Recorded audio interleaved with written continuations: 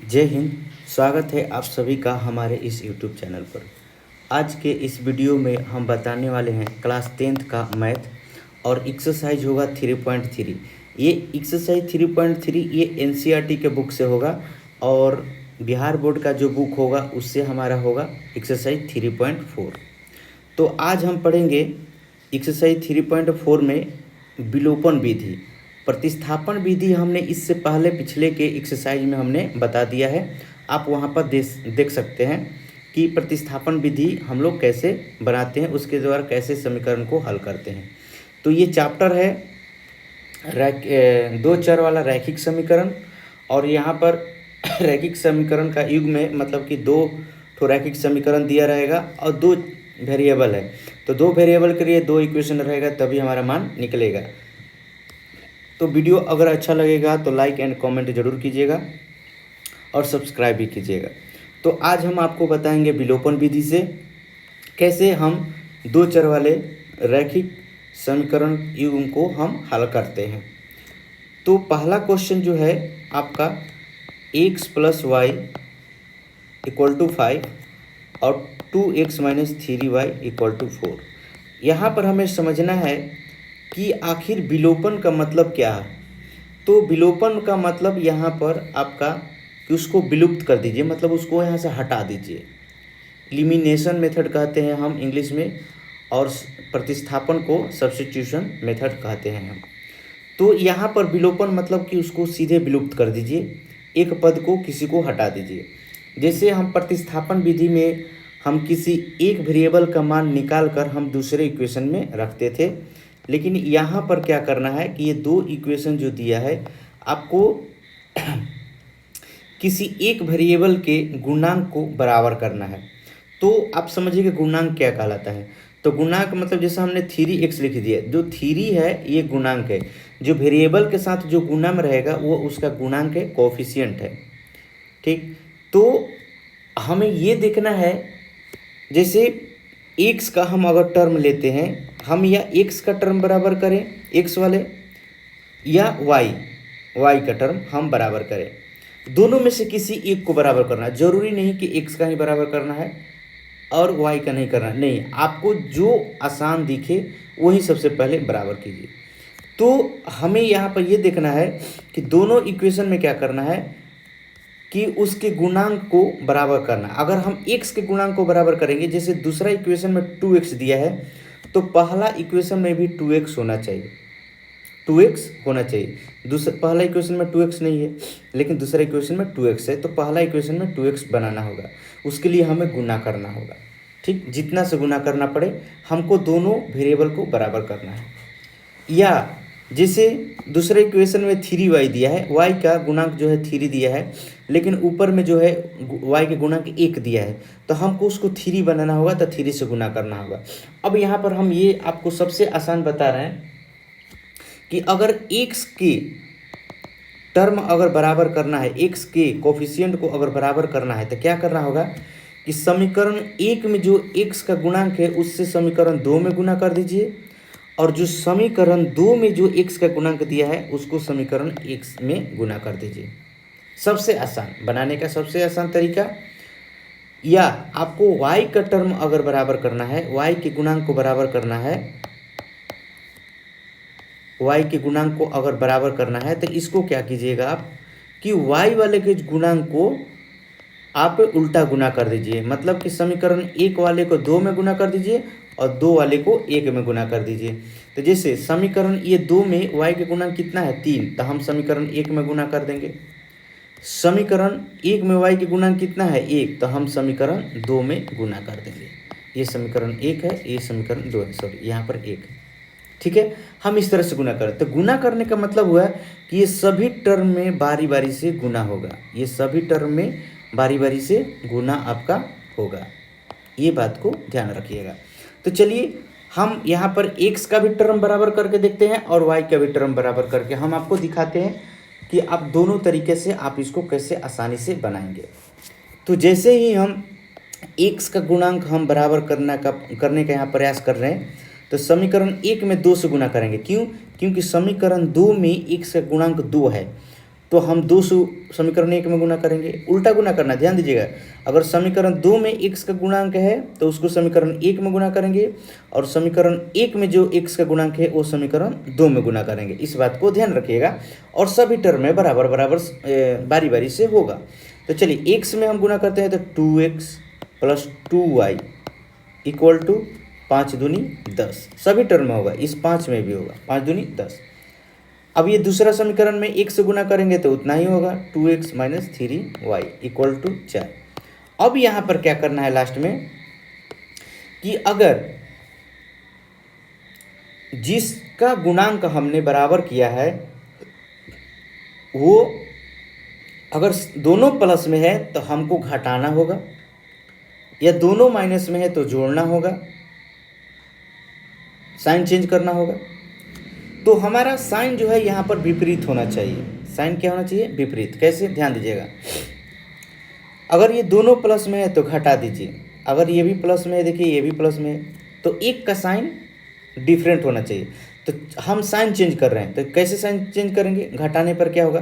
तो जैसे यहाँ पर साइन चेंज करेंगे तो ये माइनस हो जाएगा, ये प्लस हो जाएगा, ये माइनस हो जाएगा। अब ध्यान दीजिएगा, अब ये प्लस ये माइनस, तो दोनों क्या हो गया? कैंसिल। अब देखिए जो हमने साइन चेंज किया है उसी पर ध्यान देना है, पहले वाले साइन पर ध्यान नहीं देना है। तो देखिए यहाँ पर 2y प्लस में है, 3y भी यहाँ पर प्लस में हो गया, तो 3 2 कितना हो जाएगा? 5y इक्वल टू, यहाँ पर 10 प्लस में है, एक 4 माइनस में हो गया, तो क्या हो जाएगा?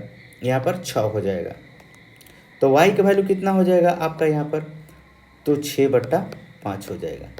अब इससे y का जो मान है 6/5, इसको समीकरण आपको 1 में रखना होगा। हम इसको समीकरण 1 में क्या कर देंगे? रख देंगे।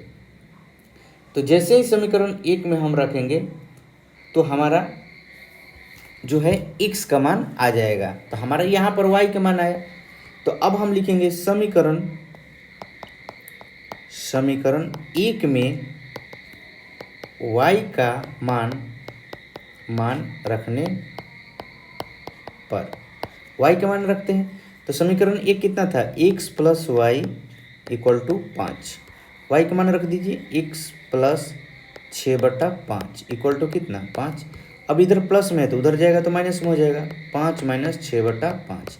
तो एलसीएम ले लीजिए, ये 5 के नीचे 1 छिपा हुआ, 5 एलसीएम होगा। 1 से जब भाग देंगे 5 में तो 5 बार में कटेगा, तो जितना बार में कटता है उससे ऊपर में गुना, तो कितना हो जाएगा? 25 माइनस 5 से 5 में भाग देंगे, एक बार में कटेगा, 1 से गुना होगा, कितना हो जाएगा? 6, तो कितना हो जाएगा? 19/5। तो यहाँ पर x का जो मान आया 19/5, ये आपका आंसर हो गया। तो ध्यान दीजिएगा, हमने क्या बोला कि जिस वेरिएबल का गुणांक हम बराबर करेंगे, हम देखेंगे कि उसका साइन विपरीत है कि नहीं। अगर विपरीत साइन नहीं है तो हम विपरीत करने का प्रयास करेंगे। अपोजिट साइन होना चाहिए, माने एक का प्लस में होना चाहिए तो एक का माइनस में। अगर दोनों प्लस में है तो हम माइनस करेंगे, और माइनस करेंगे तो सभी टर्म का साइन बदलेंगे, एक टर्म का नहीं। जैसे देखिए यहाँ पर साइन हमने बदला, माइनस किया तो सभी टर्म का, ये माइनस था तो इसको प्लस किया, फिर ये माइनस था, सॉरी प्लस था तो इसको हमने माइनस किया। इस तरह से आप इस बात को ध्यान में रखिएगा। चलिए हम y का टर्म बदल कर देखते हैं। देखिए x का मान जैसे 19 यहाँ पर 5 आया है, सेम ऐसा ही यहाँ पर आएगा। तो जैसे हमने बोला कि यहाँ पर 3 से गुना होगा, तो सब में 3 से गुना कीजिए, 3x plus 3y equal to कितना? 15 हो गया। यहाँ पर भी कितना हो जाएगा? 2x minus 3y equal to कितना? 4। चलिए अब देखिए यहाँ पर साइन जो है विपरीत है, तो सीधे हम कटा देंगे। ये हमने यहाँ पर क्या किया, जब साइन विपरीत है तो हम जोड़ेंगे, अगर साइन सेम सेम है तो घटाएंगे। तो घटाने से क्या होता है? साइन जो होता है बदल जाता है। तो यहाँ पर देखिए हम यहाँ पर लिखेंगे जोड़ने पर, तो हमने जोड़ दिया, तो सबको हमने जोड़ दिया, सबको जोड़ दिया, सबको जोड़ दिया, ये साइन कट गया। तो कितना हो जाएगा? 3 2 5x इक्वल टू यहाँ पर कितना हो जाएगा? 19। तो यहाँ पर x इक्वल टू कितना हो जाएगा? 19/5। तो x का मान कितना आ गया? 19/5। अब इसी को समीकरण 1 में रख लीजिए। अब इसको क्या कीजिए? समीकरण 1 में रखने पर, समीकरण 1 में रख लीजिए। तो x plus y equal to कितना? 5 है। x का मान कितना? 19/5 प्लस वाई इक्वल टू कितना? 5। वो उस तरफ ले जाएंगे तो साइन बदल जाएगा, y इक्वल टू कितना हो जाएगा? 5 माइनस 19/5। एलसीएम कितना हो जाएगा? 5, इसके नीचे 1 छिपा हुआ है, तो 25 माइनस 19 इक्वल टू कितना 6/5, ये आपका आंसर है। तो देखिए y का मान आया था आपका 6/5 आया था। तो दोनों इक्वेशन आपका क्या हुआ बराबर हुआ। मैंने दोनों आपको बनाकर दिखाया। अब दूसरा कह रहा है प्रतिस्थापन विधि। अब यहाँ पर प्रतिस्थापन विधि से हल कीजिए, ये दोनों विधि से बोला है और कह रहा है कि कौन सी विधि अधिक उपयुक्त है, मतलब कौन सी विधि जो है आपको अच्छा लग रहा है। तो यहाँ पर आपको जो अच्छा लगेगा वो अपना लिख दीजिएगा। तो जैसे हमको तो विलोपन विधि ही अच्छा लगता है, तो हमको विलोपन विधि हम लिखेंगे। सबसे अधिक उपयुक्त कौन है, तो हम लिख देंगे विलोपन विधि। अगर आपको लग रहा है कि नहीं प्रतिस्थापन विधि होना चाहिए, तो प्रतिस्थापन विधि लिख दीजिएगा, लेकिन विलोपन विधि अच्छा है। चलिए, अब प्रतिस्थापन विधि हमने इसके पहले के एक्सरसाइज में हम बता दिए हैं, लेकिन हम एक प्रश्न जो है आपको प्रतिस्थापित करके हम बता रहे हैं। तो एक प्रश्न हम बताते हैं, बाकी आप खुद से बनाने का प्रयास कीजिएगा। तो चलिए, समीकरण क्वेश्चन नंबर 1 का समीकरण लिखते हैं। x plus y equal to कितना था 5, और दूसरा कितना था आपका, तो 2x minus 3y, 2x minus 3y equal to कितना 4। ये समीकरण 1 था, ये समीकरण 2।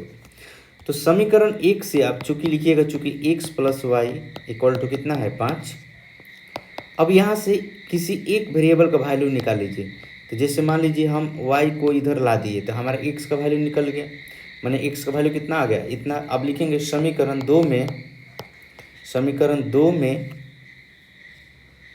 में x का मान समीकरण 1 से रखने पर रख दीजिए। तो क्या रखेंगे यहाँ पर 2 गुना 5 minus y minus 3y equal to कितना 4। अब यहाँ पर मल्टीप्लाई कीजिए 2 से, दोनों में होगा गुना, ब्रैकेट हटेगा तो 10 minus 2y minus 3y equal to कितना 4। तो 10 यहाँ प्लस में है तो उधर जाएगा तो माइनस में हो जाएगा, और ये दोनों जुट जाएगा। तो माइनस 5y इक्वल टू कितना 6 माइनस 10, सॉरी 4 माइनस 10। तो माइनस 5y इक्वल टू कितना हो जाएगा माइनस 6। तो y इक्वल टू कितना हो जाएगा minus 6y minus 5, minus minus cancel हो गया, y का मान कितना आ गया 6/5। तो देखिए वहाँ पर भी आपका y का मान जो है 6/5 आया था। अब यहाँ पर क्या लिखिएगा कि y का मान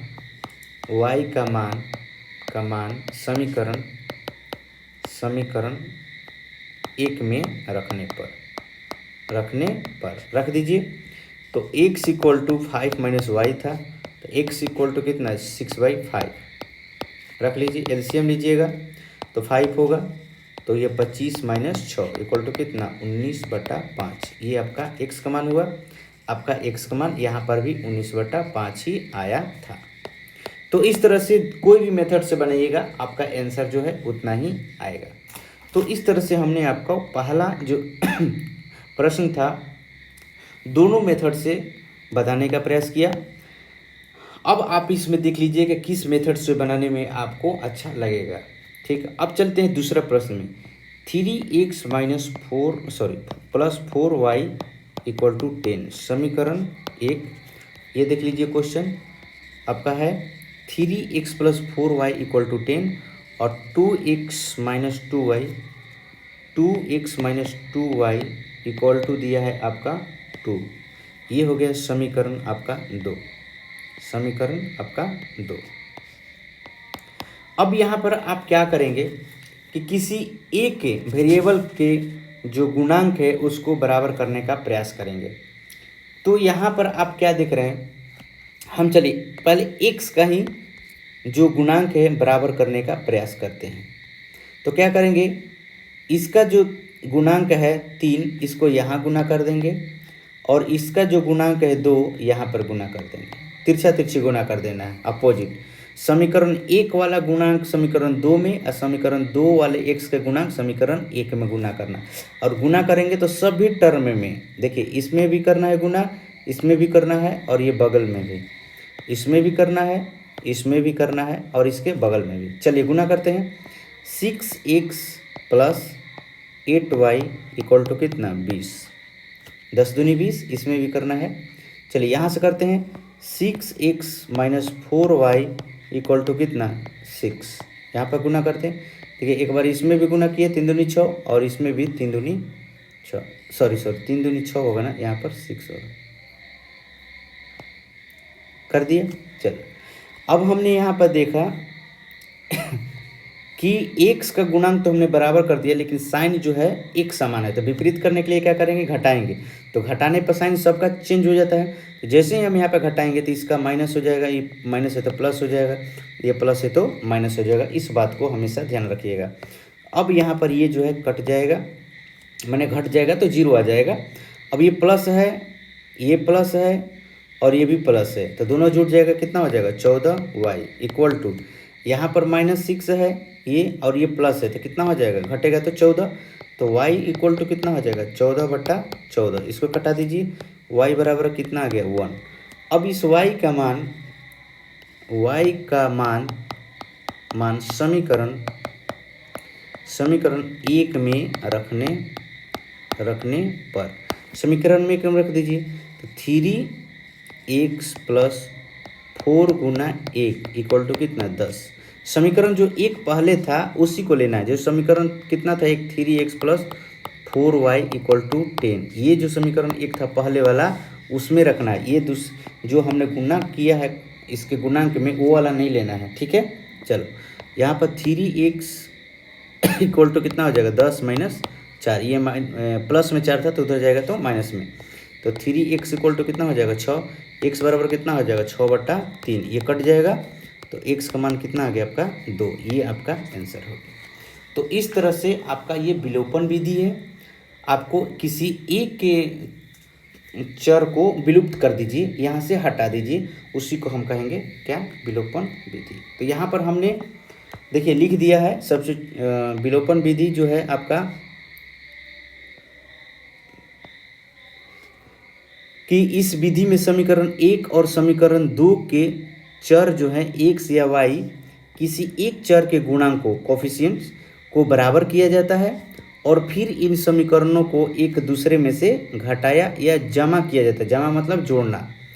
घटाने पर जिस चर को हमने बराबर किया था वह विलुप्त हो जाता है, मतलब कि वो खत्म हो जाएगा, घट जाएगा, और तब अन्य चर का मान प्राप्त करते हैं और उस चर के मान को किसी भी समीकरण में रखने पर विलुप्त चर का मान प्राप्त हो जाएगा। तो हमने यहाँ पर नोट में लिख दिया है एक, आप भी अच्छा से इसको लिख लीजिएगा। तो इस तरह से हमने आपको बता दिया प्रश्न 1 और 2। अब हम बताने जा रहे हैं आपको प्रश्न इसी का 3। तो प्रश्न 3 में आपका क्या है, तो प्रश्न 3 जो है आपका यहाँ पर ये कह रहा है कि 3x - 5y equal to -4, 3x - 5y -4 equal to 0, ऐसे ही दिया है, ये दिया है। और यहाँ पर दिया है 9x इक्वल टू 2y + 7। तो हम इसको अच्छा से सजा लेते हैं, जैसे पहला क्वेश्चन था। देखिए ये -4 है ना, तो हम इसको उस तरफ ले जाते हैं, तो 3x - 5y इक्वल टू कितना हो जाएगा आपका 4, ये हो जाएगा समीकरण 1। तो हम लिखेंगे इक्वल टू 4, ये समीकरण 1। उसी तरह से इसको भी कर लेंगे, 9x - 2y इक्वल टू कितना 7, ये हो जाएगा समीकरण 2। तो हमने इसको सजा लीजिए पहले जैसा। अब हम इसको एक जगह लिखेंगे, लिखते हैं, क्या लिखते हैं, चूँकि 3x - 5y इक्वल टू कितना है 4 और ये 9x - 2y इक्वल टू 7, ये है आपका समीकरण 1 और ये है समीकरण 2। यहाँ पर किसी एक वेरिएबल के गुणांक को बराबर कीजिए, जिसे हमने पहला में x का गुणांक बराबर किया था। अब हम यहाँ पर y के गुणांक बराबर करके दिखाते हैं इस y का। तो देखिए y के गुणांक पहला में क्या है, समीकरण 1 में 5 है, तो 5 से गुना कर देंगे दूसरा में, और दूसरा में क्या है y के गुणांक 2 से, तो हम 2 से गुना कर देंगे पहला में। अपोजिट गुना करना है, इस बात को ध्यान रखिएगा। अब जब गुना करेंगे हम तो सब में मल्टीप्लाई होगा, सभी टर्म में बारी बारी से मल्टीप्लाई करेंगे, तो कितना हो जाएगा, तो यहाँ पर हो जाएगा 3x minus 10y equal to कितना 8। ये भी गुना करेंगे बारी बारी से सब में, तो गुना करते हैं 18, सॉरी यहाँ पर 3 दूनी 6 हो जाएगा ना, सॉरी यहाँ पर 18x माइनस 4,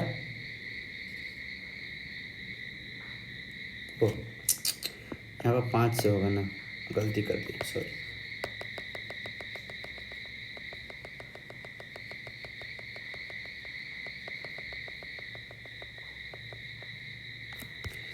आपका समीकरण 1 में y के गुणांक कितना है 5, तो हम 5 से गुना करेंगे, और समीकरण आपका 2 में y के गुणांक 2 है, तो समीकरण 1 में 2 से गुना करेंगे। अब गुना करते हैं तो कितना हो जाएगा, इसमें गुना करेंगे एक बार, इसमें भी, तो यहाँ पहला में गुना किए तो कितना, x में गुना किए तो 3 दूनी 6x minus 10y equal to 8 हो जाएगा, 4 दूनी 8। अब यहाँ पर करेंगे 9 × 5 = 45x minus 10y equal to कितना 35। ध्यान दीजिएगा y का गुणांक जो है आपस में बराबर हो गया, लेकिन साइन जो है आपका क्या है, सेम है, तो हम क्या करेंगे, इसके साइन को विपरीत करने के लिए घटाते हैं, तो घटाएंगे तो यहाँ पर प्लस है तो माइनस हो जाएगा, ये माइनस है तो प्लस हो जाएगा, अब प्लस है तो माइनस। ध्यान दीजिएगा कभी भी घटाइएगा तो साइन उसका क्या होता है, सीधे चेंज हो जाता है। जोड़ने पर साइन सेम रहता है, लेकिन घटाने पर साइन क्या होता है, बदल जाता है। तो हमको साइन जब बदलना होगा तो हम घटाएंगे, और साइन जब विपरीत पहले से ही है, साइन नहीं बदलना है, तो हम क्या कर देंगे, जोड़ देंगे। तो चलिए अब यहाँ पर ये y वाला कैंसिल हो जाएगा, विलुप्त हो गया। अब ये घटेगा तो कितना हो जाएगा -39x। क्यों होगा, क्योंकि यहाँ पर 45 में से जैसे ही 6 घटाइएगा आप, तो आपका क्या आएगा, वो भी माइनस में आएगा। क्या आएगा, माइनस में आएगा। तो यहाँ पर इस बात को ध्यान रखिए, माइनस में आएगा। चलिए यहाँ पर घटाइएगा तो कितना हो जाएगा, 35 में से 8 घटाइएगा तो 27 आएगा। कितना आएगा, 27, वो भी माइनस में, इसलिए कि बड़ा वाला माइनस में है, छोटा वाला प्लस में है, तो आंसर माइनस में ही आता है। अब x बराबर कितना हो जाएगा, -27 और बट्टा में 39, वो भी माइनस में, तो माइनस माइनस तो यहाँ पर कैंसिल हो जाएगा। 3 से ये 9 बार में कट जाएगा, 3 से 13 बार में कट जाएगा, तो x का वैल्यू कितना आ गया, 9/13। x का मान कितना आ गया, 9/13। अब हम x का मान समीकरण 1 में रखते हैं, या समीकरण 2 में भी रख सकते हैं, ऐसा नहीं है, किसी में भी रखिएगा तो आपका मान उतना ही आएगा। समीकरण 1 में x का मान रखने पर रखिए, तो आपका समीकरण जो 1 था वो कैसा, तो 3x minus 5y equal to कितना 4। x का मान आपका कितना आ गया, 3 गुना 9/13 माइनस 5y इक्वल टू 4, तो कितना हो जाएगा 27/13 माइनस 5y इक्वल टू 4। इधर प्लस में तो उधर माइनस में हो जाएगा, -5y equal to 4 minus 27/13। LCM लेते हैं, इस देखिए इसके नीचे 1 छिपा हुआ है, एलसीएम कितना हो जाएगा 13, 1 से 13 में भाग देंगे, 13 बार में कटेगा, 13 में 4 से गुना होगा 52 माइनस ये 27। अब घटाइएगा तो कितना हो जाएगा, तो 12 में से 7 जाएगा 5 और 4 में से 2 जाएगा 2, कितना हो जाएगा 13, और -5y। अब ये y यहाँ पर y के जो गुणांक है गुना में है, तो उधर भागा में चल जाएगा, y इक्वल टू 25/13 गुना -5, ये कट जाएगा 5 बार में, तो y इक्वल टू कितना हो जाएगा -5/13, आपका ये आंसर। तो इस तरह से हमने आपके तीसरे प्रश्न को भी अच्छा से बनाया, और वो भी विलोपन विधि से, प्रतिस्थापन विधि से आप खुद बना लीजिएगा, इसलिए कि हमने आपको पहले बता दिया है, सिखा दिया है। अब हम चलते हैं इसके चौथे प्रश्न में। चौथा प्रश्न क्या कह रहा है, इस बात को ध्यान रखिएगा। चौथा प्रश्न, तो चौथा प्रश्न जो है आपका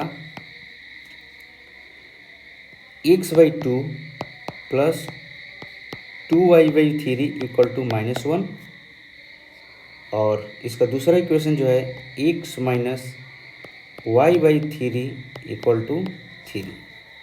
तो अब देखिए यहाँ पर जो है आपका इक्वेशन फ्रैक्शन में दिया हुआ है, तो आप इसको क्या सिंपल बनाने के लिए आपका फ्रैक्शन का ऐड करना होगा, एलसीएम लेकर इसको रैखिक समीकरण जो है आपका पहला जो इक्वेशन है उसके जैसा आप बना लीजिए। आपका जो यहाँ पर ये दिया है ये 4 नंबर क्वेश्चन, तो आप इसको एलसीएम लेकर आप पहला जैसा बना लीजिए। तो हम उसको ऐसे ही बनाएंगे। चलिए हम पहले इसका एलसीएम ले लेते हैं। कितना हो जाएगा 6, तो 2 से भागा जाएगा, 6 में 3 बार में कटेगा, 3 से ऊपर में गुणा हो जाएगा 3x प्लस यहाँ पर 2 बार में कटेगा 4y इक्वल टू कितना -1। इसको उधर कर देंगे तो 6 उधर चला जाएगा तो कितना हो जाएगा 3x minus 4y equal to -1 गुना 6। तो क्या हो जाएगा 3x minus 4y equal to -6। ये हो जाएगा इक्वेशन फर्स्ट, आपका इक्वेशन फर्स्ट हो गया। सॉरी यहाँ पर प्लस है तो प्लस रहेगा, हो गया। अब यहाँ पर भी x के नीचे 1 छिपा हुआ है, एलसीएम कितना हो जाएगा 3, तो 3x minus y equal to कितना 3 है, ये गुना में चला जाएगा तो 3x minus y equal to 3 गुना 3, तो 3x minus y equal to कितना हो जाएगा 9। ये समीकरण हो गया 2। समीकरण कितना हो गया 2। अब यहाँ पर अच्छा से लिख लीजिए, चूँकि 3x plus 4y equal to -6, 3x minus y equal to 9।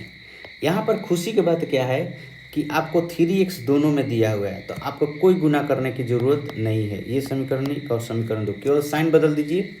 तो साइन बदलने के लिए क्या कीजिएगा, समीकरण 1 में से 2 घटाने पर यहाँ पर ब्रैकेट में लिख लीजिए समीकरण 1 में से 2 घटाने पर, जहाँ जहाँ हमने साइन चेंज किया है वहाँ पर इस बात को लिख लीजिएगा। तो हम यहाँ पर घटाएंगे तो साइन चेंज हो जाएगा, जैसे ही हम घटाएंगे साइन क्या हो जाएगा चेंज हो जाएगा, तो ये कैंसिल हो जाएगा। अब ये प्लस है ये भी प्लस है तो कितना हो जाएगा 5y इक्वल टू, ये भी माइनस में ये भी माइनस में, तो माइनस कितना हो जाएगा 15, तो y इक्वल टू कितना हो जाएगा -15/5, ये कट जाएगा। y का वैल्यू कितना है -3, y का वैल्यू आपका -3 आ गया। अब इस y का वैल्यू समीकरण 1 या 2 में रख लीजिए खुशी खुशी।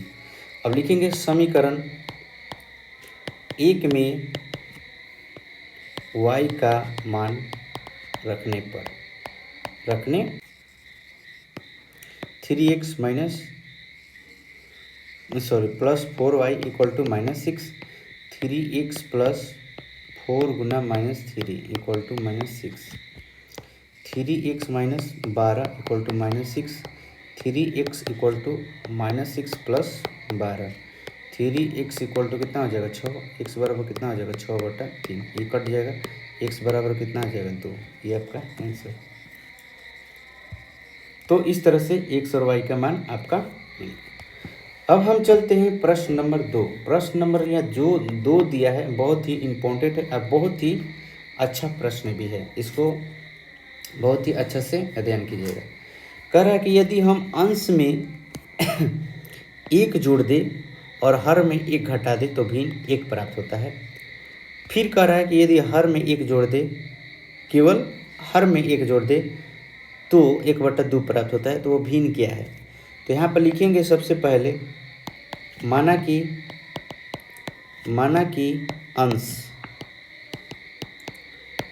अंश बराबर x और हर बराबर y, तो भिन्न क्या हो जाएगा आपका x/y, मतलब कि अंश बटा हर। भिन्न आपका यही होता है न्यूमिनेटर बटा डिनोमिनेटर, आपका ये होता है। ये आपका न्यूमिनेटर हुआ,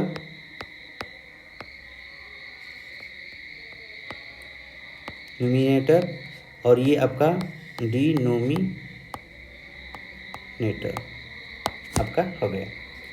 तो अब जैसे ये बोलेगा प्रश्न, उसी के अनुसार आपको लिखना है। अब यहाँ पर प्रश्न पहले क्या करा है कि यदि हम अंश में एक जोड़ दें तो हम लिखते हैं x बट्टा वाई लिख लीजिए। अंश में हमने एक जोड़ दिया, उसके बाद कह रहा है कि हर में एक घटा दिए, हमने एक घटा दिया, तो भिन्न क्या प्राप्त हो गया, एक।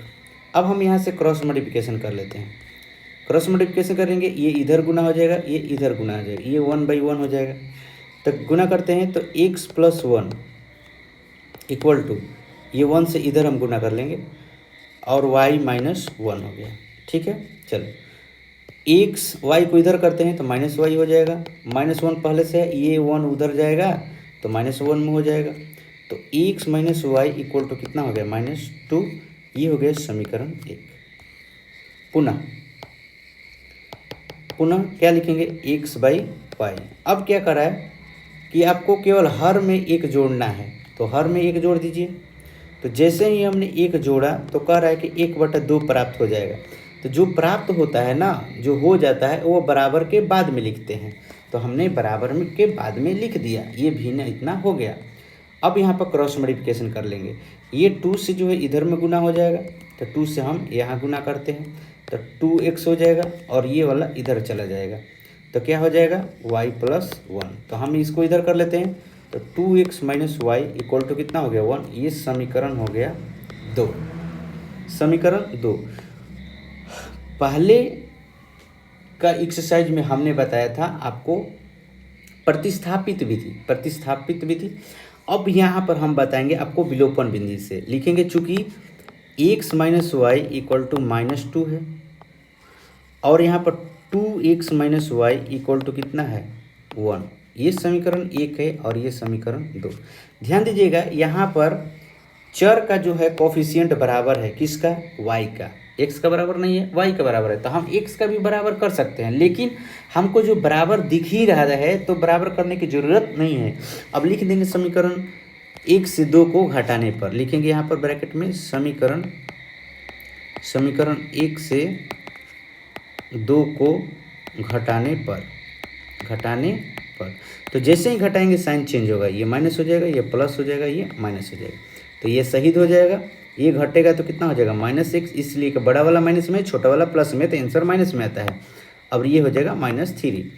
तो x इक्वल टू कितना हो जाएगा, -3/-1। ये minus cancel, x equal to 3। x का मान कितना आ गया, 3। अब लिखेंगे समीकरण 1 में x का मान रखने पर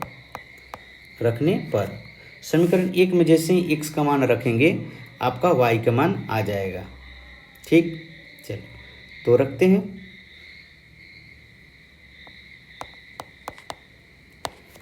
x - y इक्वल टू -2 है, तो 3 - y equal to -2, -y equal to -2 - 3, तो -y इक्वल टू -5 हो जाएगा, minus cancel, y equal to कितना आ गया, 5। y का मान कितना आ गया, 5। तो आपका जो भिन्न था, भिन्न कितना था, भिन्न x/y था। तो कह रहा है कि भिन्न ज्ञात करें, तो x का मान कितना आया आपका, x का मान आया आपका 3 और y का मान आया 5। तो यही है आपका भिन्न 3/5। आपको यहाँ पर कह रहा है ना कि वो भिन्न ज्ञात करें, तो भिन्न कितना था, x/y, तो x का मान कितना आया 3 और y का मान कितना आया 5। तो ये आपका भिन्न है। तो इस तरह से जो आपके लैंग्वेज में प्रश्न दिया है, जैसे जैसे दिया है वैसे वैसे आपको लिखना है और आपको समीकरण बनाकर सॉल्यूशन कर लेना है। बहुत ही आसानी से ये बन जाता है। चलो अब चलते हैं दूसरा नंबर प्रश्न पे। देखिए दूसरा नंबर जो प्रश्न है आपका, इसके जैसे पहले हमने आपको प्रश्न बता चुके हैं। ठीक है, चलिए अब फिर यहाँ पर हम बताते हैं। कह रहा है कि 5 वर्ष पूर्व नीरू की आयु सोनू की आयु की 3 गुनी थी। तो देखिए एक है यहाँ पर नीरू और एक है यहाँ पर सोनू, तो दोनों को भाई आयु तो अलग अलग होगा। तो हम एक का मान लेंगे, माना कि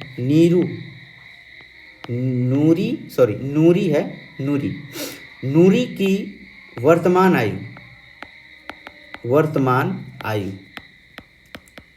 आयु बराबर 100 वर्ष। हमेशा ध्यान रखिएगा, आप जो भी मानिएगा वो वर्तमान ही मानिएगा हमेशा, ठीक है। तथा सोनू सोनू की वर्तमान आयु बराबर कितना, y वर्ष। एक चीज़ को ध्यान रखिएगा, कोई भी व्यक्ति हो, किसी का जो है आयु कभी रुकता नहीं है। अगर मान लीजिए आपका जो है, आप जो है अभी 15 वर्ष के हैं और आपका एक छोटा भाई जो है 10 वर्ष का है, तो 5 वर्ष बाद अगर बोला जाएगा तो आप में भी 5 वर्ष जुटेगा और आपके भाई में भी 5 वर्ष जुटेगा। 5 वर्ष पूछा जाएगा कि 5 वर्ष बाद आपके दोनों का आयु क्या होगा, तो अगर आप अभी 15 वर्ष के हैं तो 5 वर्ष बाद आप 20 वर्ष को हो जाएंगे और आपका भाई जो है 15 वर्ष को हो जाएगा। मतलब कि डिफरेंस जो है हमेशा सेम रहेगा, डिफरेंस कभी बदलेगा नहीं, क्योंकि किसी का भी आयु कभी रुकता नहीं है, एज कभी रुकता नहीं है। तो देखिए यहाँ पर भी आपका 5 वर्ष का डिफरेंस था, यहाँ पर भी 5 वर्ष का ही डिफरेंस है। अगर 6 वर्ष अगर कहेगा 6 वर्ष पहले आप दोनों का आयु कितना था, तो दोनों में से 6 वर्ष घटेगा। ऐसा नहीं कि केवल आप में से ही 6 घटेगा, इसमें भी 6 घटेगा, इसमें भी 6 घटेगा। देखिए यहाँ पर भी डिफरेंट कितना हुआ, 5 वर्ष का ही हुआ। तो इस तरह से इस बात को हमेशा ध्यान रखिएगा, सदैव ध्यान रखिएगा कि कभी भी पूर्व पूछेगा या बाद पूछेगा तो दोनों में आयु क्या होगा, जुटेगा। तो चलिए अब हम यहाँ पर आपको प्रश्न के अनुसार लिखते हैं। यहाँ पर कह रहा है कि 5 वर्ष पूर्व, तो 5 वर्ष पूर्व नीरू की आयु, तो नीरू में से 5 घटा दीजिए और सोनू में से भी 5 घटा दीजिए, y-5, दोनों में से 5 घटेगा। 5 वर्ष पूर्व ये बात कहा है तो दोनों में से घटेगा। अब आगे पढ़िए, आगे कह रहा है कि सोनू की आयु की तिगुनी हो जाएगी। का के की किसके साथ लगा है, तो जिसके साथ का के की से लगा रहेगा उसी में गुना होगा। हमने पहले भी बता दिया है, इस बात को हमेशा ध्यान रखिएगा कि का के की जिसके साथ लगा रहेगा उसी के साथ आपको गुना करना है या जोड़ना है या घटाना है। तो यहाँ पर का के की किसके साथ लगा है, सोनू के साथ, तो सोनू में गुना करेंगे। यहाँ पर देखिए क्यों किया जाता है, इस बात को ध्यान रखिएगा, मैं बता रहा हूँ। यहाँ पर कह रहा है कि नीरू की आयु जो है सोनू के आयु की तिगुनी हो जाएगी। तिगुनी तो नीरू हो जाएगी ना, नूरी जो है वो 3 गुनी हो जाएगी सोनू से, तो सोनू से 3 गुनी हो जाएगी। तो इसका मतलब कि अगर हम बराबर का साइन देंगे तो बराबर करने के लिए अपोजिट गुना करना पड़ेगा। जैसे आपका भाई, आप 15 वर्ष के हैं और आपका भाई जो है 10 वर्ष का है, तो हम यहाँ पे बराबर के साइन दिए हैं, तो बराबर करने के लिए आपके भाई में ना 5 वर्ष जोड़ेंगे तब ना आप भी 15 वर्ष का हो जाइएगा, आपका भाई भी 15 वर्ष का हो जाएगा। तो हमको बराबर करने के लिए यहाँ पर क्या किया जाता है, अपोजिट गुना किया जाता है। या जोड़ना होगा तो अपोजिट जोड़ेंगे, घटाना होगा तो अपोजिट ही घटाएंगे। बात समझ गए। आप जो थे 5 वर्ष यहाँ पर बड़े थे अपने भाई से, तो बराबर का हमने साइन दिया, तो आपके छोटे भाई में 5 वर्ष जोड़ देंगे तो बराबर हो जाएगा। तो वहीं यहाँ इक्वेशन को बराबर करने के लिए हमने क्या किया है, 3 गुना किस में किया है, सोनू में किया है। जबकि नूरी जो थी वही 3 गुना थी, लेकिन बराबर करने के लिए हमने सोनू में किया। तो अगर ऐसे नहीं समझ में तो ऐसे ध्यान रखिएगा कि जिसके साथ का के की यहाँ पर लगा रहेगा उसी के साथ जो है हम गुना करेंगे। ठीक है, चलो तो हमने गुना किया। अब समीकरण तैयार करते हैं। ये 3 से दोनों में गुना होगा, ब्रैकेट टूटेगा तो x - 5 = 3y - 15। एक तरफ कर लेते हैं, x - 3y = -15 प्लस 5, ये माइनस में था उधर गया प्लस में, x - 3y = कितना हो जाएगा, -10। ये समीकरण 1 हो गया। ये समीकरण क्या हो गया आपका 1। अब पुनः चलते हैं दूसरा समीकरण बनाने के लिए पुनः। अब कह रहा है कि 10 वर्ष के बाद, 10 वर्ष पश्चात नूरी की आयु सोनू की आयु की 2 गुनी हो जाएगी। तो का की किसके साथ है, सोनू के साथ, तो सोनू में 2 से गुना होगा। तो 10 वर्ष पश्चात बोला है ना, तो दोनों में हम 10 वर्ष जोड़ेंगे। इसमें भी 10 जोड़ दिए, इसमें भी 10 जोड़ दिए, लेकिन आपकी 2 गुना हो जाएगा कौन, नूरी हो जाएगी। तो हम सोनू में 2 से गुना कर देंगे। कर दिए। चलिए अब ये दोनों में गुना होगा, ब्रैकेट टूटेगा तो हम दोनों में गुना करते हैं। x + 10 = 2y + 20। इसको इधर करते हैं, x minus 2y equal to 20 - 10। तो x minus 2y equal to 10, ये समीकरण हो गया 2। समीकरण 1 और 2 से अब लीजिए, लिखेंगे यहाँ पर, चूँकि x minus 3y equal to -10 है, समीकरण 1, और x minus 2y equal to, यहाँ पर एक गलत हो गया,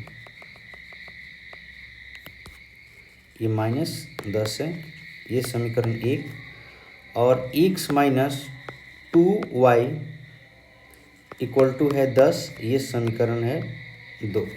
तो ध्यान दीजिएगा, यहाँ पर x का कोफिशिएंट जो है आपस में बराबर है, यहाँ पर x का कोफिशिएंट जो है आपस में बराबर है, तो केवल लिख देंगे समीकरण 1 से 2 को घटाने पर, यहाँ पर लिख दीजिए। तो जैसे ही घटाने की बात करेंगे साइन चेंज होगा, ये माइनस में हो जाएगा, ये प्लस में हो जाएगा, ये भी माइनस में हो जाएगा, तो ये शहीद हो जाएगा। यहाँ पर क्या हो जाएगा, यहाँ पर माइनस वाला बड़ा है, प्लस वाला छोटा है, तो माइनस वाई हो जाएगा। यहाँ पर माइनस माइनस दोनों जुड़ जाएगा, -20 हो जाएगा। अब यहाँ पर दोनों तरफ माइनस में है, तो y इक्वल टू -20 बाई -1, ये कैंसिल हो जाएगा, y बराबर कितना आ जाएगा 20, और कभी भी आयु माइनस में नहीं होता है, तो इसलिए आपका प्लस में ही आएगा। अब y का मान समीकरण 1 में रखेंगे, लिखेंगे समीकरण 1 में y का मान रखने पर तो लिख रखिए x minus 3y equal to -10 है, तो x equal to x minus 3 गुना -10 और इक्वल टू -10 है, यहाँ पर गुना कीजिए, ओह मिस्टेक हो गया,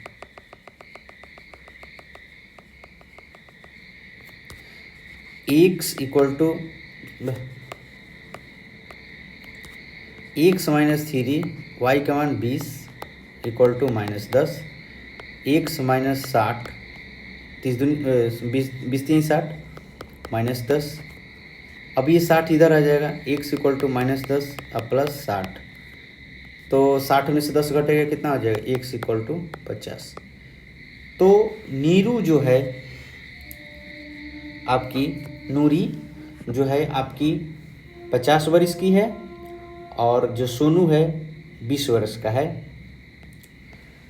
तो नीरू जो है आपकी 50 वर्ष की हो गई, और सोनू जो हो गया आपका 20 वर्ष का हो गया। अब इस इक्वेशन में एक्स और वाई का मान रखिएगा तो आपका बराबर आ जाएगा। देखिए ये कह रहा है ना कि 5 वर्ष पहले, तो 5 इसमें से भी घटाइए, 5 इसमें से भी घटाइएगा, तो जैसे ही 5 घटेंगे 15 हो जाएगा 45, तो 15 × 45 3 गुना हो जाएगा, और यहाँ पर बोला भी 3 गुना है, 3 गुना बोला है ना, तो घटाने पर भी 3 गुना हो रहा है। इससे नीरू कितनी हो जा रही है, घटाने पर 45, और सोनू कितना हो जा रहा है 15, तो 15 तो क्या हो गया 45, 3 गुनी हो रहा है ना।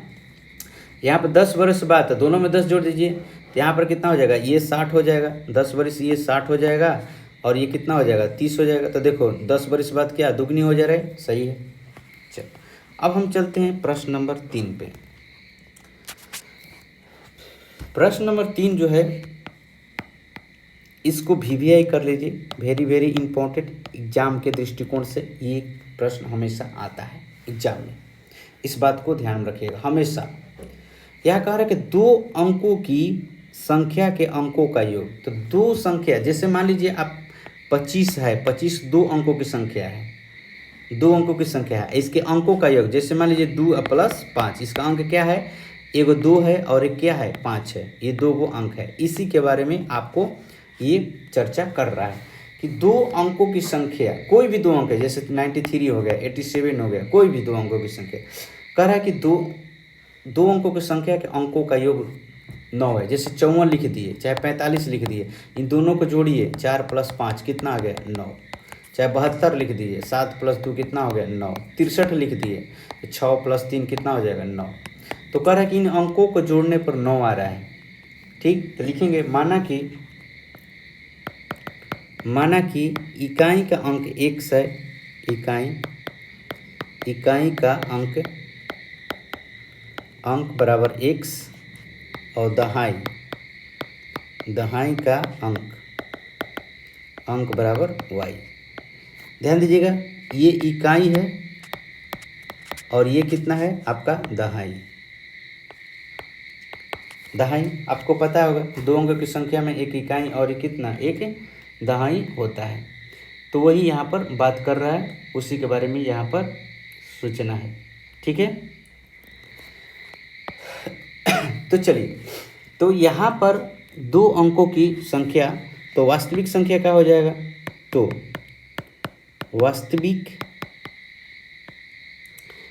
यहाँ पर वास्तविक संख्या जो हो जाएगा, संख्या जो होगा 10y + x हो जाएगा।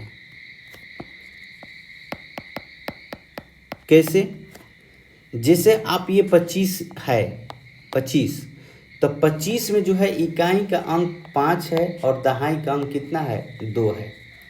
ये दहाई है और ये इकाई है। तो आपका वास्तविक संख्या जो होता है इस तरह का ही होता है, मतलब कि 10y + x होता है। तो इकाई के स्थान पर मान लीजिए 5 है तो 5 लिख दिए, दहाई के स्थान पर कितना है 2 है तो 10 × 2 लिख दिया। अब जोड़िए, 10 दूनी कितना हो जाएगा, ये 20, अब 20 प्लस कितना 5, तो जोड़िए कितना आ गया 25 आ गया। तो आपका पहले कितना था 25 ही था। तो यहाँ पर भी हमने वास्तविक संख्या जो माना है 10x + y, 10y + x। तो दहाई का अंक y है तो y की जगह पर y का वैल्यू रखिए दहाई की जगह पर, और इकाई x है तो x का वैल्यू रखिए और आप इसको कैलकुलेशन कीजिएगा तो आपका संख्या आ जाएगा। चलिए, अब यहाँ पर कह रहा है कि 2 अंकों की संख्या के अंकों का योग 9 है। तो अंक क्या है, तो लिखेंगे according to question x + y = कितना 9। ये हो जाएगा समीकरण 1। ये हो गया आपका समीकरण 1। क्यों हो गया, क्योंकि ये दोनों के अंक का योग बोल दिया। तो दोनों का अंक क्या माने है, पहला हमने माना है x और दूसरा माना है y, तो दोनों को हमने जोड़ दिया तो 9 आ गया। चलो दूसरा क्या करें, इस संख्या का 9 गुना संख्या के अंकों को पलटने से बनी संख्या का 2 गुना है। तो देखिए, एक संख्या जो है पुनः, यहाँ पे लिखते हैं पुनः, इस संख्या, तो पहला संख्या कितना था 10y + x, तो इस संख्या का 9 गुना तो यहाँ पर 9 गुना बोला है तो हम यहाँ पर 9 गुना लिखते हैं, संख्या का 9 गुना, तो हम यहाँ पर लिखते हैं 9 गुना। 9 गुना बोल दिया, जैसे बोला है वैसे लिखना है। बोला है कि संख्या का 9 गुना, तो यहाँ पर लिखते हैं संख्या आपका कितना था, ये संख्या का क्या बोला है 9 गुना, 9 गुना बोला है, ध्यान दीजिएगा। उसके बाद बोला है कि को पलटने से बनी संख्या के अंकों को पलटने से, तो संख्या के अंक जब पलटिएगा तो क्या हो जाएगा 10x + y, पलट दिए ना, अंक क्या था x और y था, तो x वाले की जगह y लिख दिए और y वाले की जगह x रख दिए। तो पलटने से जो बनी संख्या का 2 गुना, तो यहाँ पर 2 से हमने गुना कर दिया। तो यहाँ पर जो पलटी संख्या है, पलटी संख्या का क्या है 2 गुना, तो हमने इसके अंक को पलट दिया और उससे पलटने से जो संख्या बना उसका 2 गुना। तो जैसे बोला वैसे हमने लिख दिया, और बोल रहा है कि आप जो है संख्या ज्ञात करें। तो संख्या कैसे ज्ञात होगा, पहले x और y का वैल्यू ज्ञात करेंगे तभी ज्ञात होगा। चलिए, अब यहाँ से 9 से दोनों में गुना करेंगे, कितना हो जाएगा 90y + 9x, 9 से गुना हो गया दोनों में। यहाँ पर क्या होगा, दोनों से गुना कीजिए, दोनों में गुना कीजिए, तो 10x + 2y, 10x प्लस कितना हो गया 2y। अब इसको क्या कीजिए कि एक तरफ कीजिए, तो x वाले को एक तरफ, y वाले को एक तरफ, तो 90y - 2y, यहाँ पर क्या हो जाएगा प्लस 9x - 10y = कितना, इधर 0 हो गया। अब यहाँ से घटाइएगा तो कितना हो जाएगा 88y। यहाँ पर घटाइएगा तो कितना हो जाएगा, यहाँ पर जो घटाइएगा, सॉरी यहाँ पर 10 दूनी 20 था ना, यहाँ पर 20 होगा, तो घटाइएगा तो कितना हो जाएगा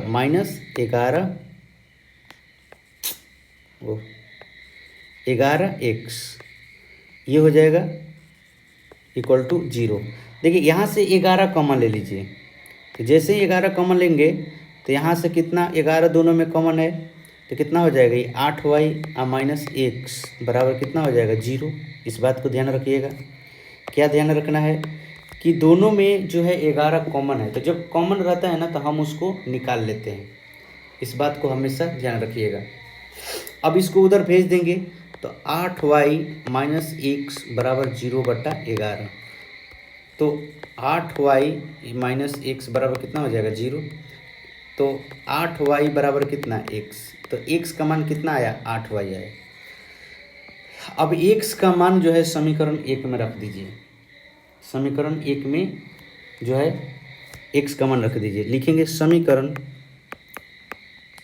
1 में x का मान रखने पर, तो x plus y equal to कितना था 9, x का मान कितना हो गया 8y plus y equal to कितना 9, जोड़िएगा तो कितना हो जाएगा 9y इक्वल टू कितना 9, y इक्वल टू कितना हो जाएगा 9/9, ये कट जाएगा, y का वैल्यू कितना आ गया 1, y का मान कितना आ गया 1। तो x का मान कितना हो जाएगा, x का मान रखने पर समीकरण ये 2 है, तो समीकरण 2 में y का मान रखने पर 1 में भी रख सकते हैं, ऐसा नहीं है। तो 8 गुना 1 इक्वल टू कितना x बराबर कितना आ गया 8। तो संख्या क्या था जी, तो संख्या जो था आपका 10y प्लस x था, तो 10 गुना कितना हो जाएगा 1 प्लस कितना 8 हो जाएगा, तो कितना हो जाएगा 10 प्लस 8 इक्वल टू कितना 18।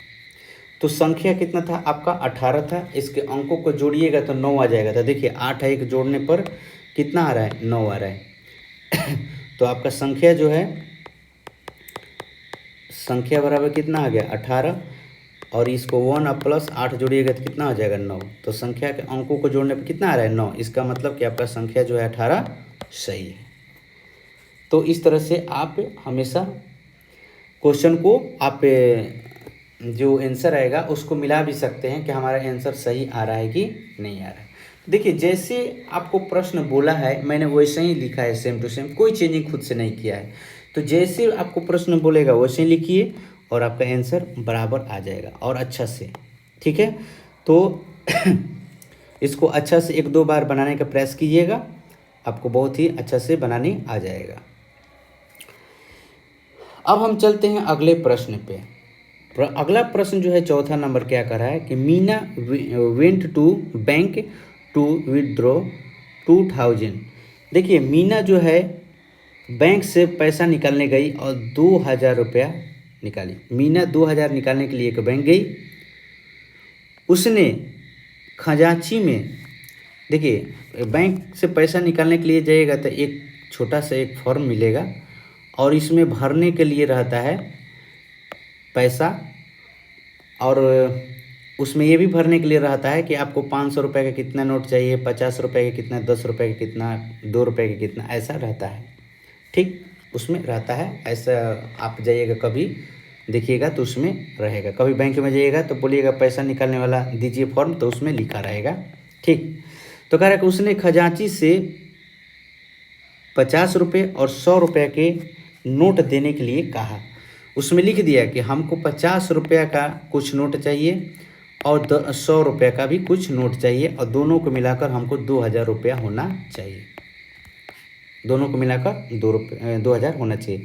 हो सकता है कि बोल दिया कि हमको 50 रुपये का हमको 4 नोट चाहिए, चाहे 5 नोट चाहिए या 10 नोट चाहिए, हमको 10 नोट चाहिए, तो कितना हो जाएगा 500 हो गया ना।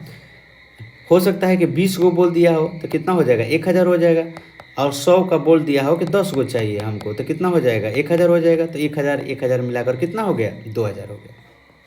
इस तरह से उसने भर दिया उसमें।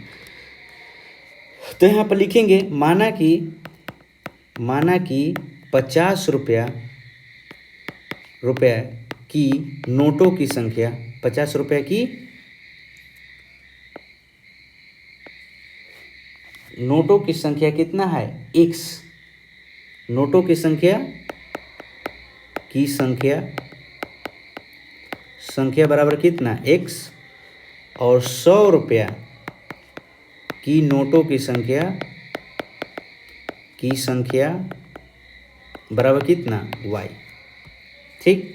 तो चलिए, हमने क्या बोला कि अगर 50 रुपये के उसने 10 नोट लिखे होंगे तो 50 गुना 10 होगा, लेकिन हमको यहाँ पर संख्या तो पता ही नहीं है। हम संख्या को कितना माने हैं? x माने हैं। तो अकॉर्डिंग टू क्वेश्चन लिखेंगे 50 गुना x प्लस 100 रुपये का कितना? तो 100 गुना y। दोनों को मिलाकर कितना हो जाएगा? 2000 रुपया। दोनों को मिलाकर कितना? 2000 रुपया। अब देखिए समीकरण यहाँ पर एक तो तैयार हो गया। समीकरण क्या हो गया? एक तो तैयार हो गया,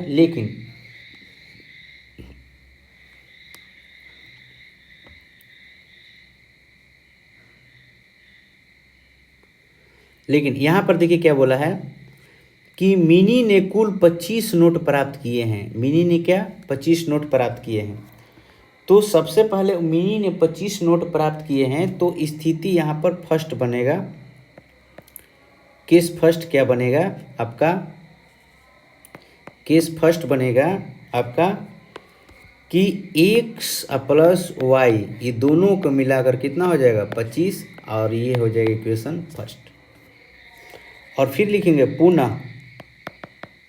पुनः 50 रुपये के नोट और 100 रुपये के नोट दोनों को मिलाकर कितना? 2000 रुपये। तो ये हो जाएगा आपका केस सेकंड, स्थिति सेकंड। यहाँ पर देखिए 50 कॉमन है दोनों में, तो 50 हम कॉमन लेंगे तो यहाँ पर x प्लस कितना बचेगा? 2y इक्वल टू कितना? यहाँ पर 2000। देखिए 50 इसमें भी है, 50 इसमें भी है। 100 को क्या लिख सकते हैं? 50 गुना 2। तो दोनों में से 50 हमने ले लिए कॉमन, तो यहाँ पर कुछ नहीं बचेगा, 1 बचेगा, यहाँ पर 2 बच गया, तो 2 लिख दिया। अब 50 को उधर भेज देंगे, x प्लस 2y। देखिए समीकरण को छोटा करने के लिए कॉमन लेना बहुत ही ज़रूरी होता है। यहाँ पर ऐसे हो जाएगा, ये 5 से 40, तो x plus 2y equal to कितना हो गया? 40। ये समीकरण हो गया 2। ध्यान दीजिएगा इस बात को अब कि अब आपके यहाँ पर समीकरण ये 2 हो गया। यहाँ पर लिखेंगे चूँकि x plus y equal to कितना था? 25 का। यहाँ पर बोला था कि नोटों की संख्या, कुल नोटों की, मैंने दोनों को मिलाकर आपका 25 था, मैंने x रुपये का नोट और y रुपये का नोट की संख्या को मिलाकर कितना था? 25। तो हमने लिख लिया x plus y equal to 25, वो समीकरण 1 था। और यहाँ पर है x plus 2y equal to कितना? 40। ध्यान दीजिएगा इस बात को।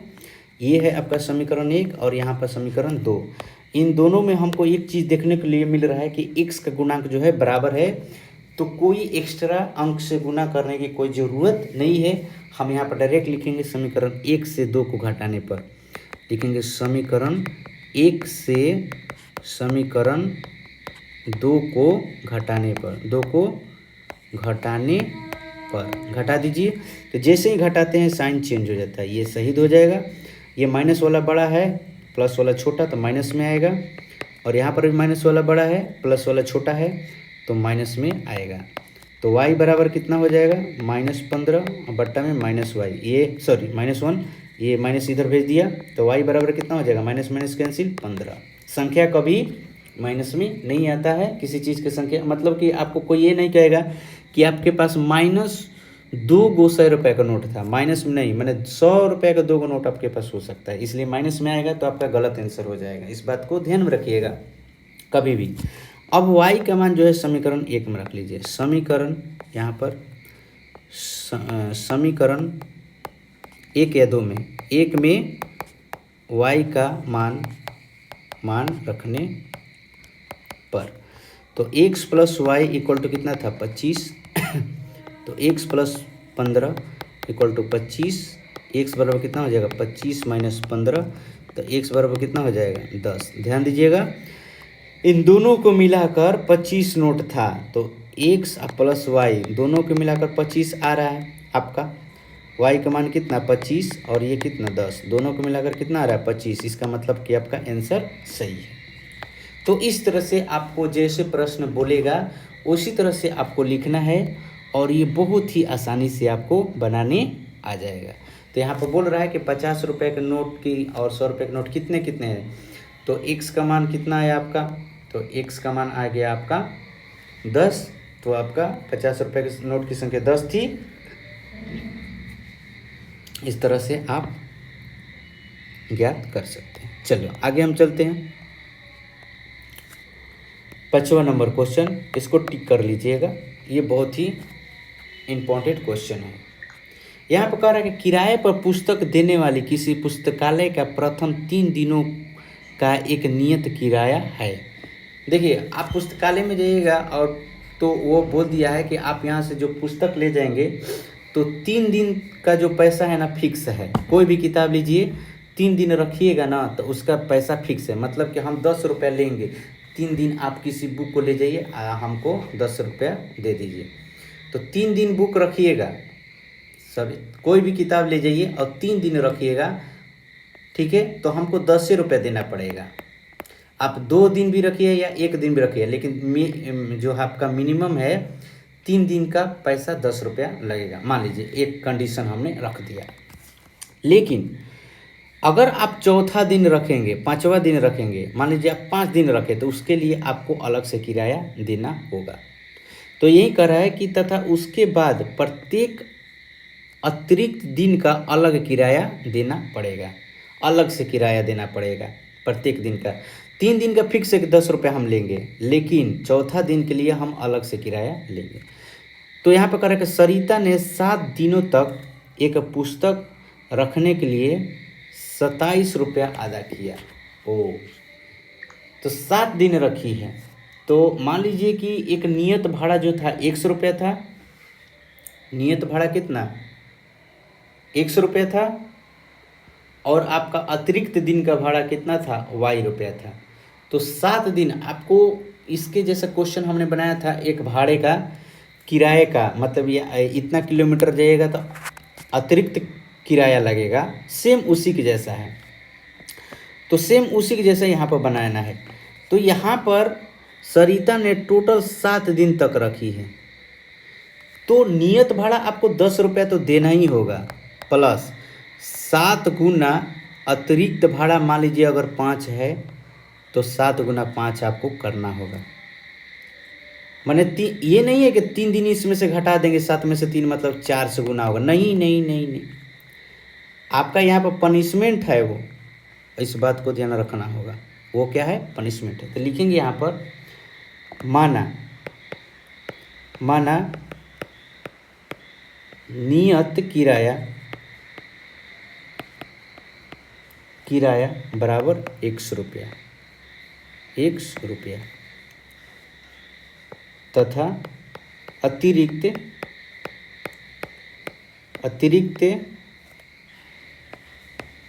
दिन का किराया बराबर कितना वाई रुपया। अतिरिक्त दिन का किराया जो है आपका वाई रुपया होगा। इस बात को ध्यान रखिएगा कि नियत दिन का आपका किराया 100 रुपया और अतिरिक्त दिन का किराया आपको वाई रुपया देना पड़ेगा। अब प्रश्न के हिसाब से आपको according to question case first क्या बोल रहा है, स्थिति फर्स्ट में कि उसने 7 दिन तक रखा, तो x प्लस 7 दिन मतलब 7 गुना वाई, और टोटल कितना 27 रुपये अदा किया। ये समीकरण हो गया एक। 27 रुपये अदा किया, तो क्या यहाँ पर आपको देखना होगा कि 7 दिन तक रखा है तो 7 से गुना होगा अतिरिक्त पैसा से। पुनः समीकरण 2 क्या होगा, यहाँ पर कह रहा है कि जबकि सुशी ने एक पुस्तक 5 दिनों तक रखा, तो x plus 5y equal to कितना, टोटल 21 रुपया अदा किया। ये हो गया समीकरण 2। हमेशा याद रखिएगा जितना दिन रखा है उसमें अतिरिक्त भाड़े से गुना होगा, अतिरिक्त भाड़े से गुना होगा। नियत जो पैसा है वो आपका नियत किराया फिक्स रहता है, उसमें कोई गुना नहीं होता है, अतिरिक्त में ही गुना होता है। और जितना दिन रखेगा उतना दिन का, यहाँ पर घटाना नहीं है कि 3 दिन का जो 3 दिन का अतिरिक्त भाड़ा है और 7 दिन रखा है तो इसका मतलब कि 4 दिन का ना एक्स्ट्रा देना होगा, नहीं, आपको टोटल 7 दिन का ही अतिरिक्त देना होगा। समझ गए इस बात को? इस बात को हमेशा याद रखिएगा, 4 से गुना नहीं होगा, टोटल 7 दिन है तो 7 दिन से गुना होगा। अब यहाँ पर देखिए लिखेंगे, चूँकि x + 7y = कितना 27, x + 5y = कितना 21। यहाँ पर आपको देखने के लिए क्या मिल रहा है कि x का गुणांक जो है आपस में बराबर है, तो लिखेंगे समीकरण 1 से समीकरण 2 को घटाने पर घटाइए तो क्या हो जाएगा, ये माइनस ये माइनस ये माइनस कैंसिल, यहाँ पर 2y हो जाएगा इसलिए कि माइनस वाला छोटा है, यहाँ पर भी माइनस वाला छोटा है तो कितना हो जाएगा 6 हो जाएगा।